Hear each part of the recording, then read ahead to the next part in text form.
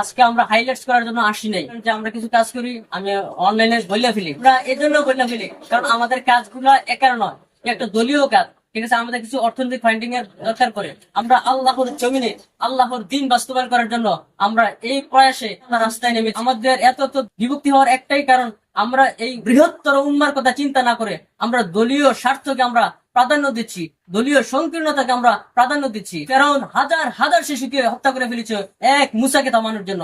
এই বর্তমানেও ফিলিস্তিনে লক্ষ লক্ষ শিশুকে হত্যা করতেছে।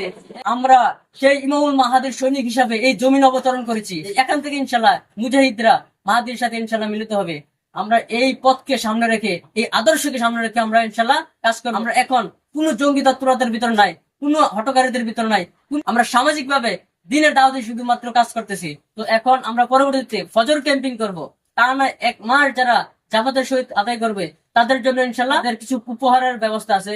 তো এই উপহার দিতে গেলে কিছু ফান্ডিং অর্থনীতির দরকার পড়ে। যারা পারি এই কাজকে সামনের দিকে এগিয়ে নেওয়ার জন্য আমাদেরকে অর্থনৈতিক ভাবে মানসিক ভাবে সাপোর্ট